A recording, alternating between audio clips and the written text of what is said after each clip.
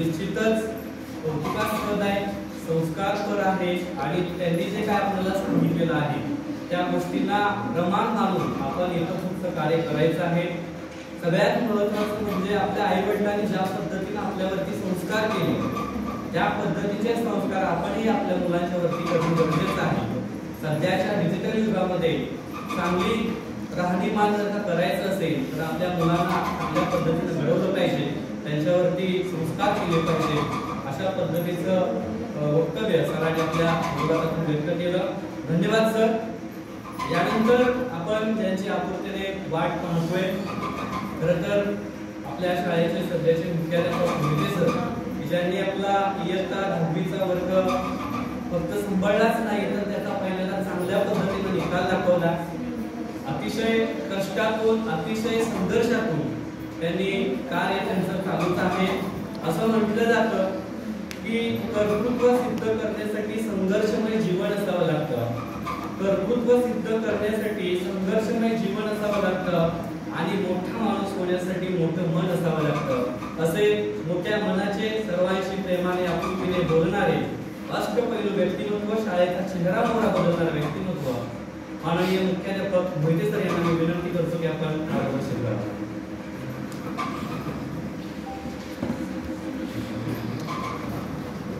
माझे विद्यार्थी शिक्षक स्नेह मेळावा संपन्न होतोय, त्यानिमित्तानं मंचावरती उपस्थित माजी मुख्याध्यापक माळी सर, माळी मॅडम, शिंदे सर आणि आपण सर्व विद्यार्थी मित्रांनो, आजचा हा जो मेळावा होत आहे आपल्या विद्यालयाचा, त्यात गेल्या 3 वर्षातील 9वा मेळावा या ठिकाणी संपन्न होतो आहे आणि मला खूप आनंद होतोय की अचानक असेल तर खूप चांगल्या पद्धतीनं आपण सर्वजण एकत्र आलेला आहात। मला वाटतं वर्षात खूप बरेच वर्ष सुरू आहे, त्यातून सुखदुःखाच्या गोष्टी एकमेकांना आपण शेअर करत असतो आणि मित्रांनो, आपण विद्यार्थी दशेत असताना खरंच बालपणीचा काळ सुखाचा म्हटलं जातं ते काही खोटं नाही आहे। कुठल्याच प्रकारची चिंता नसते, काय करतोय तेही कळत नाही आणि त्याचा काय परिणाम होईल ते सुद्धा समजत नाही, अशा प्रकारचं वय असतं आपलं आणि त्यातूनच आपण घडत असतो आणि आम्ही घडवण्यासाठी ठोके देत असतो, कधी कधी शब्दांचा मार असतो, कधी कधी समजावून सांगण्याचा प्रयत्न करत असतो आणि अपेक्षा एवढीच असते, कल्पना एवढीच असते की आपले विद्यार्थी, आपला मुलगा, आपली मुलगी मुलांप्रमाणेच तुम्ही असता आमच्यासाठी आणि तुम्ही घ्यावे। घडणं आणि बिघडणं फरक आहे, घडणं महत्वाचं आहे आणि भावी पिढी घडण्यासाठी म्हणूनच म्हटलं जातं ना, शाळांमधून देशाचं भवितव्य घडत आहे, कारण मुलांचे आधारस्तंभ तुम्ही असता आणि तुम्ही चांगले आधारस्तंभ सक्षम व्हावे।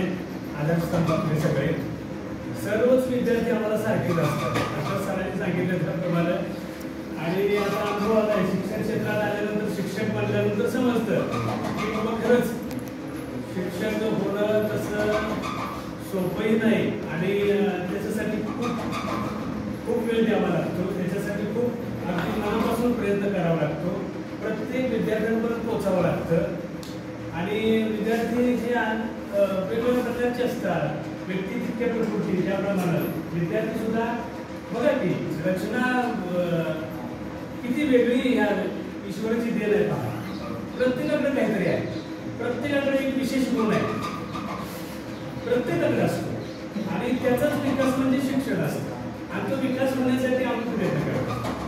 पुस्तकी ज्ञान तर दिलं जातच, त्याबरोबरच व्यवहाराचं ज्ञान हे सुद्धा आम्ही देण्याचा प्रयत्न करत असतो आणि प्रत्येक विद्यार्थ्याला शिकवायचं, त्याला शिकवायचं, त्याला बोलतं करायचं, या दृष्टिकोनातून विविध उपक्रम शाळांमधून होत असतात। मला मी स्वतःला भाग्यवान समजतो, कारण खूप वर्षापासून आपण पाहता की सर्व मुख्याध्यापक अशा तालमीत तयार होण्याची मला संधी मिळालेली आहे. म्हणजे आज आपल्या विद्यालयाची परंपरा आपण सुवर्ण महोत्सव वर्ष साजरे केलं 2017ला आणि जवळजवळ 56व्या वर्षामध्ये आपण पदार्पण केलेलं आपल्या विद्यालयाला. इतकं जुनं विद्यालय आपलं आहे परिसरातील आणि नावारूपाला आलेलं नावाजलेलं खूप चांगलं उपक्रम राबवणारं खूप चांगलं असं विद्यालय अशी संस्था आपली आहे ग्रामीण भागात एकमेव. पूर्वी मला माहिती आहे बरोबरची मुलं यायची, विग्रहची मुलं असायची, राजापूरची मुलं असायची, कारण तिकडं विद्यालय नसायचं. पण बरोबरीला विद्यालय झालं, पुन्हा राजापूरला पण विद्यालय झालं, तिथली मुलं तिथं थांबली, इथली मुलं इथं थांबली.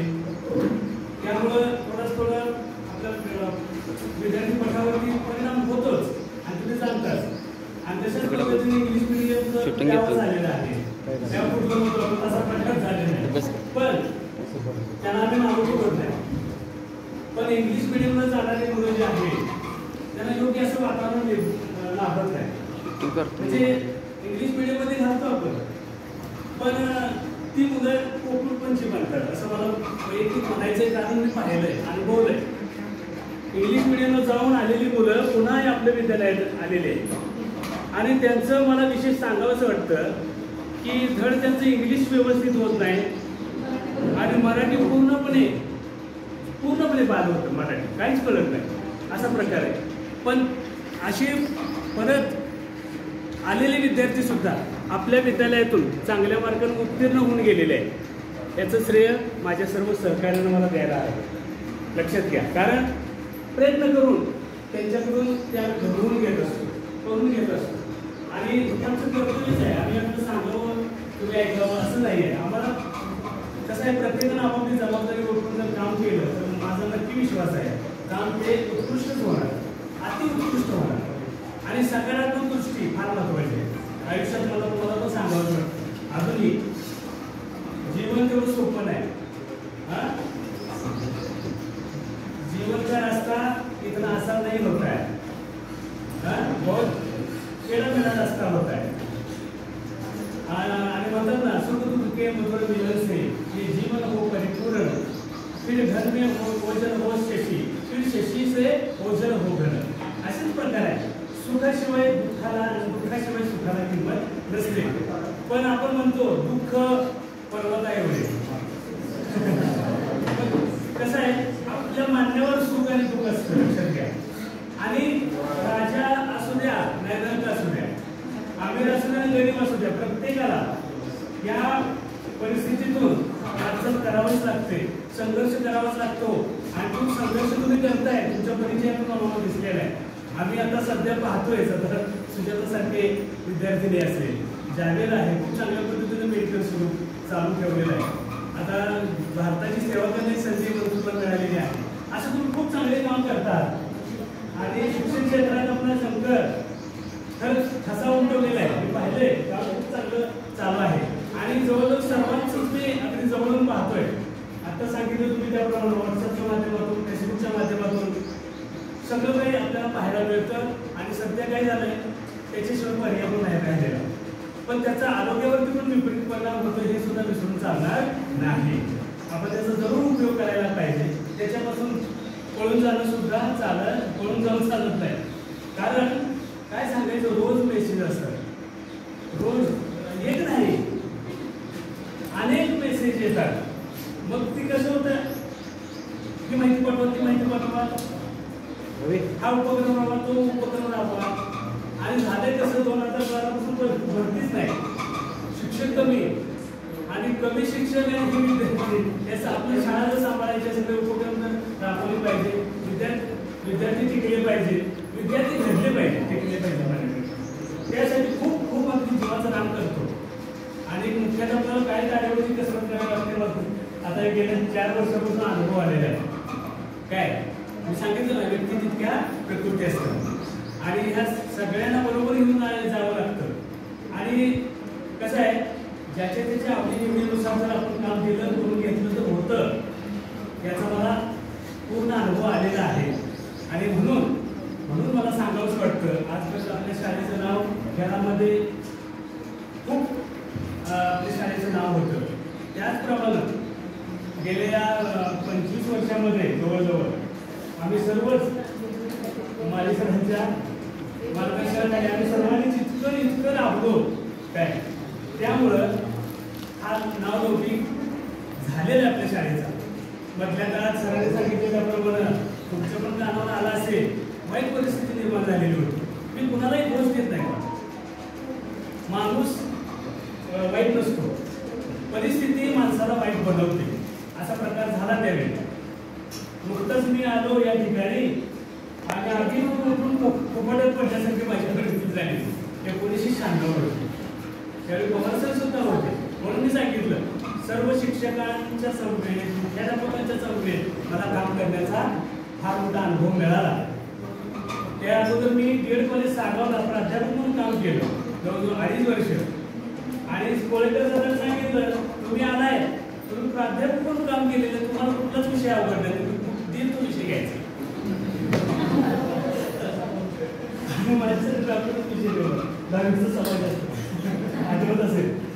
काय नाही, स्वीकारलं आणि स्वीकारलं पाहिजे माणसं. म्हणतात ना, माणूस हा आजन्म विद्यार्थी असतो आणि आजन्म विद्यार्थी म्हणून जो राहतो तो शिकतो आणि शिकतो तोच टिकतो, पुढे जातो. हे विसरून चालणार नाही. आपण सुद्धा आयुष्यात आपापल्या क्षेत्रामध्ये कार्यरत आहात, तुम्ही चांगल्या पद्धतीने काम करताय आणि अनेक अडचणींना तुम्हाला सामोरं जावं लागणार आहे. लागत असेल, पुढे लागणार असेल, काही सांगता येत नाही. म्हणून तुम्ही खचून जाऊ नका. मला या निमित्तानं सांगायचं, खचून जायचं नाही, प्रयत्न करायचा. त्याच्यावरती मात करण्यासाठी काय करता येईल आणि त्यासाठी हा ग्रुप आहे तुमचा. एकमेकांचं सहकार्य घ्या, एकमेकांना सुखदुःख सांगा आणि कधीही नाराज होऊ नका. आणि एकमेकांना गरज पडत असेल तर मदत जरूर करा, आपल्या परीने करा. मी असं म्हणत नाही की भरपूर काय द्यायला पाहिजे.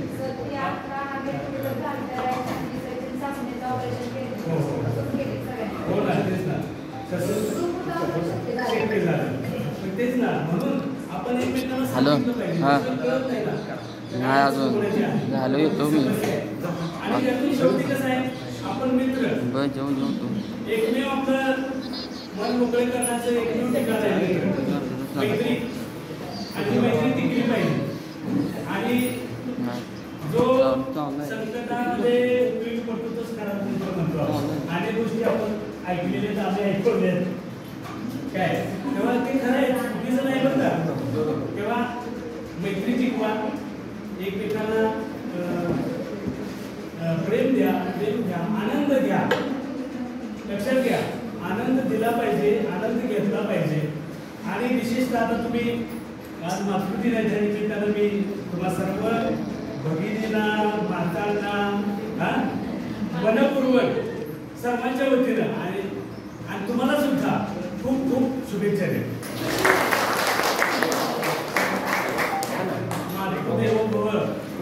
लक्षात घ्या, आपण सुद्धा आपल्या आईला वडिलांना विसरून चालत नाही. ते बोलते म्हणून आपण हे जग पाहिलेलं आहे. त्यांनी आपल्याला या जगात, सुंदर जगात दृष्टिकोन महत्वाचा आहे बरं का. दृष्टी आपली सुंदर असली तर सुंदरच दिसतं सगळं. म्हणून दृष्टिकोन हा सकारात्मक ठेवा आणि जे चांगलं आहे ते जरूर पहा. जे चांगले विचार आहे ते आत्मसात करा आणि आपल्या मुलांवरती पण चांगले सुसंस्कार करण्याच्या दृष्टीने प्रयत्न करा. आपण जसं बोलतो, जसं वागतो, जसं आपली कृती आहे तसं ती मुलं पाहत असतात आणि तीच मुलं पुन्हा अनुकरण करू नये तशाच पद्धतीने करतात. आईवडिलांचं अनुकरण करतात, शिक्षकांचं अनुकरण करतात, मोठ्यांचं अनुकरण करतात आणि म्हणून आपलं हे वर्तन हे अनुकरणीय असलं पाहिजे. लक्षात घ्या, जेणेकरून पुढं आपल्या मुलांचं नुकसान होऊ नये, भरकडे जाऊ नये मुलगा. आणि त्या दृष्टीने फक्त त्यांना कामाला पण लावलं पाहिजे. हलकी कामं त्याच्याकडून घेतली पाहिजे. काही वेळेला आपण थोडंसं स्वतःहून कृती करून दाखवायला पाहिजे. मुलांना पाहिलं पाहिजे ते काय करताय. शाळेतून आल्यानंतर सुद्धा काय अभ्यास केला आहे तो सुद्धा पाहिला पाहिजे. फार काही करावं लागत नाही, विचारणा करणं गरजेचं आहे. मला अनेक वेळा विद्यार्थ्यांचे फोन आलेले होते, काय ते आता मुलगा नववीला शिकतोय खरं त्याच्यात सुधारणा झालेली आहे असं मला ठामपणे सांगायचं वाटतं. कारण सुरुवातीला अल्लडपणा होता त्याच्यामध्ये.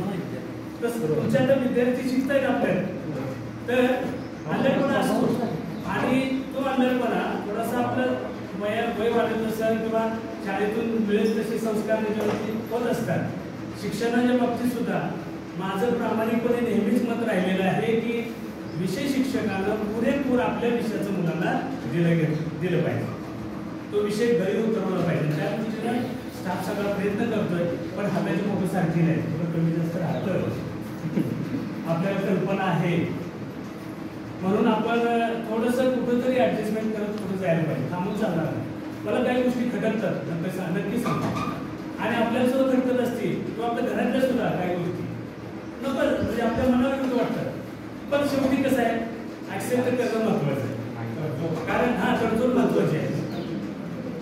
लक्षात घ्या ही तडजोड फार महत्वाची आहे. ऍडजस्टमेंट ही महत्वाची आहे जीवनामध्ये.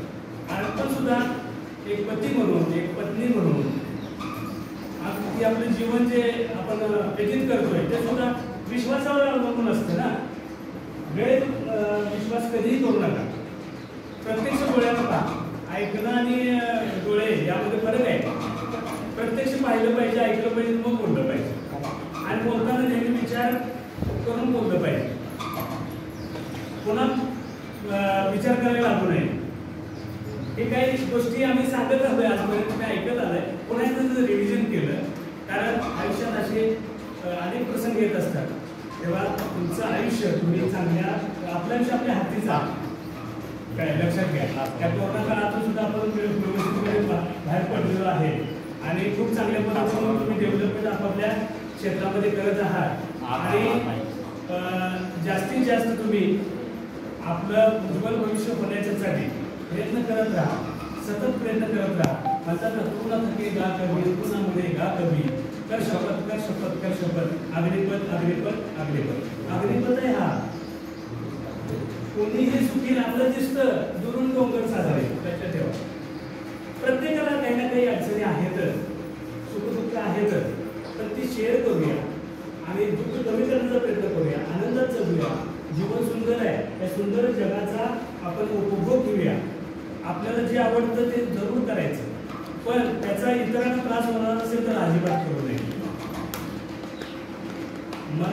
मनशांतीसाठी जरूर आपण ऍक्टिव्ह राहिलं पाहिजे. आता मला सुद्धा खूप प्रश्न विचारले जातात की सर तुम्ही आता काय करणार तुमच्या मुख्यालयात पद आहे. आपण आतापर्यंत आम्ही करत आलो तेच करणार वेगळं काय करणार. पण आता कामाचं लोड वाढलेलंच आहे. काय प्रश्न ऑफलाईन ऑनलाईन दोन्ही गोष्टी कराव्या लागतात. एकाच वेळी लगेच माहिती लगेच पाठवायची आणि ते नुसती माहिती नाही फोटो काढून खरं आहे का नाही खोटं आहे हे पाहिलं जातंय. एक प्रूफ त्याला द्यावा लागतोय आणि त्यासाठी अगदी मनापासून प्रयत्न करतो. मी माझ्या सरकारला सांगितलेलं आहे. आता राहिले 5-6 वर्ष माझी म्हटलं तुम्हाला पुढे चालवायचं आहे. हा खरंच पुढे यायचं आहे. पुढे या. देवदेवी जबाबदारी प्रामाणिकपणे करतायत पण अगदी उत्स्फूर्त जे आम्ही करत होतो किंवा ही करूया का ती करूया का हे काय ह्यात काय होईल का असं जे आहे ना ते करायला म्हणजे शक्यतो नवीन पिढी जर मागं पडते पडू नये खरं असं नाही. नवीन पिढीला अशी पिढी पाहिजे बा काय प्रत्येक क्षेत्रात बघा प्रत्येक क्षेत्रात स्वतःहून जबाबदारी घ्या ना. काय बिघडतंय आणि हेच वय आहे जबाबदारी स्वीकारायचं शिकायचं मोठं व्हायचं. पुन्हा होत नाही पुन्हा होणे नाही आयुष्यात लक्षात घ्या. मी बघू मी पुन्हा करेन उद्या करेन परवा करेन तेव्हा करेन येत नाही. उद्या कुणी करतेच नाही रे का त्याला आहे ना आहे. लक्षात ठेवा आज घडी आज रोजी आज घडी मला जे काही करता येईल तुम्ही करेन आणि ते मी चांगलंच करेन.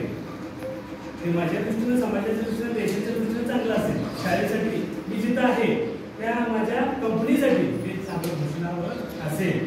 असं जीव ओतून जर काम केलं ना नाव नक्की होतं आणि असंच काम आपलं चालू आहे. माझे सहकारी त्याला मोटिवेट करतो मी सहकारी. त्यामुळं मला सांगायला आनंद होतोय की आता 25 विद्यार्थी शिष्यवृत्तीधारक झालेले 25 आणि 100 जाण्याचा निकाल तर सातत्याने आहेच. आणि खेळामध्ये आंतरराष्ट्रीय स्तरापर्यंत ग्राफलिंग असेल, क्रिकेट असेल, कुस्ती, सगळे खेळ प्रकारचं आता आहेत. आणि एवढं पण सांगतो, एवढे सगळ्या व्यापारातून सामुदायिक कवायत आपण चालू केली. साहित्य कवायत आता लोप पावत गेलेली आहे. नाही रिस्की आहे. प्रत्येक वर्गाला एक वेगळं साहित्य द्यायचं, करून घ्यायचं, बसून घ्यायचं. मान्य सरांना सांगितलं करायचं आहे आपल्याला, सोडायचं नाही. जे आपण हाती घेतलंय ते अजिबात सोडायचं नाही, पुढे जायचं आहे. आणि थोडा त्रास होतो माझ्या सहकार्याला, पण मी नाही ना, मी अजून आहे ना तुमच्यासोबत. थांबायचं नाही, जोपर्यंत चालतंय तोपर्यंत आपण करत राहायचं. एवढंच सांगितलंय. आणि त्याचाच परिणाम आहे आपल्या मुख्यमंत्री माझी शाळा सुंदर शाळांमध्ये प्रथम क्रमांक आपण पटकावला आपल्या शाळेला. एवढ्या मोठ्या शाळा आहेत. स्कॉलरशिपला एक विद्यार्थी आपला मला सांगायला होतोय, लकीचा विद्यार्थी सर बसलेला आहे स्कॉलरशिपला त्याच्या झालेल्या परीक्षेमध्ये. आणि दिगंबर सारखी शाळा त्यांचाही मुलगा बसला आहे. आपला विद्यार्थी स्कॉलरशिपला बसला, तो विद्यार्थी तुम्हाला सर्वांच्या वतीने हार्दिक अभिनंदन करतो. स्कॉलरशिप परीक्षा पास होणं सुद्धा अवघड आहे, पण मेरिटमध्ये येणं म्हणजे काय अगदीच कमाल आहे. आणि अशी कमाल आम्ही करत आहोत. आणि तुम्हा सर्व माझी विद्यार्थ्यांच्याही त्यासाठी फार मोठे योगदान आहे, असणार आहे. कधी गरज नसेल तेव्हा आम्ही सुद्धा आम्हाला कळेल आपल्या शाळेसाठी. काय गरज नसली तर नक्की तुम्ही पुन्हा आपल्या शाळेसाठी भौतिक सुविधांसाठी जरूर द्या. आता ते असं म्हणणार नाही किंवा कधी असं मागणीसाठी काही हे नाही, फक्त आपल्या शाळेसाठी डेव्हलपमेंटसाठी 1000 रुपये खर्च करावे लागतात. मी आपल्याला का सांगतोय, माझे सर्व सहकारी 1000 रुपये खर्च करतात सध्या. साधारणपणे एक गाडी आपण चालू केलेली आहे. बाहेरची मुलं आपण कलेक्टर म्हणून 350च्या वर पट केलेला आहे, 300च्या आत आलेला पट. पण आता काय झालंय, हातूनच मुलं कमी आलेली आहे. प्राथमिक शाळेतच मुलं कमी आहे, त्यामुळे हळूहळू पट कमी व्हायला लागलेलं आहे. यंदा 15 पट कमी झालेला आहे. पुढच्या वर्षी तर आता 82ची बॅच आहे. म्हणतोय 82 आहेच नाही का सर? त्याची 70ची बॅच ना तुमची, आता 82ची बॅच आहे यंदा. तेवढी मुलं गेल्यानंतर येणारी तेवढी नाहीत हो. म्हणजे म्हणून तुम्ही सुद्धा जनजागृती करा. आपली मुलं इथं शिकताय, आपली मुलं इथंच यावीत, शिकणारी मुलं भावाला इथंच यावीत. कारण आम्ही प्रयत्न करणार आहे शेवटपर्यंत, कारण आपली शाळा टिकली पाहिजे, मुलं राहिली पाहिजे, एवढीच अपेक्षा, बाकी काही नाही. तेव्हा माझे सहकारी खूप जवळजवळ 4-4.5 लाख सहकारी करतो, गाडी भरत आणि इतर काही किरकोळ असेल. कारण अनुदान येतात की 2% 3% हो, काय होत नाही. आणि इमारत मंजुरी झालेली आहे, डागडुजी सारखी करावी लागते. दरवर्षी डागडुजी चालू आहे. डागडुजी नाही म्हटलं तर 20-25 हजार रुपये कमीत कमी रोज खर्च, प्रत्येक वर्षी खर्च आहे. पण आम्ही जिद्द सोडलेलं आहे, चिकाटी सोडलेलं आहे, प्रयत्न सातत्य आमचं आहे, म्हणून हे यश आहे. आपण सुद्धा जिद्द, चिकाटी आणि सातत्य या चतुसूत्रीचा अवलंब करा आणि तुम्ही तुमच्या क्षेत्रामध्ये यशस्वी व्हा. तुमच्या उज्ज्वल भविष्यासाठी खूप खूप शुभेच्छा देतो. बोलताना सर्व बरोबर वेळ खूप झालेला आहे, त्याबद्दल मी पुन्हा एकदा तुमचं अभिनंदन करतो. तुम्हाला धन्यवाद देतो.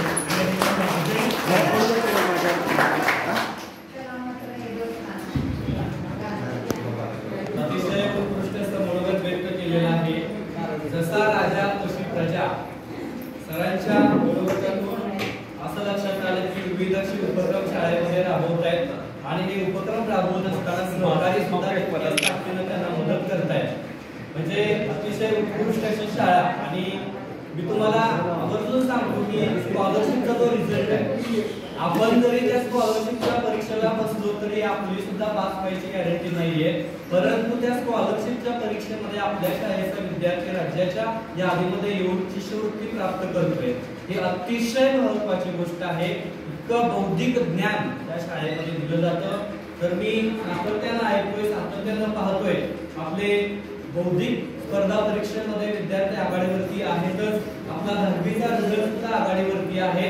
याच्या व्यतिरिक्त जे खेळ आहेत राष्ट्रीय आणि आंतरराष्ट्रीय पातळीवरती आपल्या शाळेचे विद्यार्थी खेळलेले आहेत, खेळून आलेले आहेत आणि या विद्यार्थ्यांना भविष्यामध्ये नोकरी करत असताना याच्यामध्ये 5% आरक्षण असतं. म्हणजे विद्यार्थ्यांच्या भवितव्याच्या दृष्टिकोनातून प्रत्येक जी काही गोष्ट करता येईल ती गोष्ट या शाळेमध्ये केली जाते. सरांनी आवाहन सुद्धा केलंय की विद्यार्थ्यांचा पट कमी येतोय, तर हा पट वाढवण्यासाठी आपली शाळा टिकवण्यासाठी जितकं शिक्षक धडपडत आहेत तितकेच माझे विद्यार्थी सुद्धा धडपडले पाहिजे. कारण आपली शाळा आहे, आपली शाळा टिकवण्यासाठी आपण धडपडलं पाहिजे. आपला छोटा भाऊ असो, आपला पुतण्या असो, कोणी असो आपल्या घरातलं शाळेमध्ये पाठवलं पाहिजे, शाळेचा पट वाढवलं पाहिजे. आणि मुलं जर का असतील तर ते शाळेचं वैभव आहे आणि हे वैभव आज आपल्या हातामध्ये आहे. सरांनी आपल्या मनोगतामध्ये अजून ही गोष्ट एक सांगितली की तुमच्या आयुष्यामध्ये काहीही प्रॉब्लेम येऊ द्या, कोणतीही समस्या येऊ द्या, तुम्ही चर्चा करा, तुमच्या मित्राशी बोला असं म्हणतात. अनंत राऊत नावाचे कवी असं म्हणतात की दुःख अडवायला हुंबऱ्यासारखा, दुःख अडवायला हुंबऱ्यासारखा, मित्र वनव्यामध्ये गारव्यासारखा. म्हणजे मित्राची भूमिका जीवनामध्ये प्रचंड महत्त्वाची आहे. आपले अनुभव एकमेकांशी शेअर करत जावा, आपल्या समस्या ज्या काय आहेत ते एकमेकांच्या समोर मांडत जावा, त्याच्यातून निश्चितच सोल्युशन मिळतंय. धन्यवाद सर. आजही तुमचे जे शब्द आहेत ते अमृताप्रमाणे तितकेच गोड आहे, तितकेच संस्काराची शिदोरी आजही आमच्यावरती होते. धन्यवाद सर. असंच मार्गदर्शन इथूनही पुढे आम्ही करणारच आहे, तुम्ही आम्हाला करणारच आहे. आम्हालाही काही अडचणी आल्या तर आम्ही तुमच्याकडून मार्गदर्शन घेऊ. तुम्ही सतत आम्हाला मार्गदर्शन करावं अशी मी या ठिकाणी विनंती करतो. आणि आभार मानण्याची गोष्ट समोर येते, परंतु हेमंत असा म्हणतोय की अजून मला एकदा बोलायचं आहे, मगाशी राहिलेलं होतं. तर ठीक आहे हेमंत, तुझं जे काय बोलत आहे तर ते खरं तर हा प्रोटोकॉल आपण तोडतोय, पण असो. 2002च्या दरम्यान दुष्काळ पडला होता. झाडं आपण बाहेर, मला आठवते आम्ही पाणी परत लांबून पाणी घेऊन यायचो की गेट समोरची झाडं ती जगवून. आता तशी परिस्थिती नाही. आता पाणी आहे, चांगलं आहे. थोडी झाडं आणली झाडं शाळेसाठी, जसं आम्हाला सांभाळायची एवढे वर्ष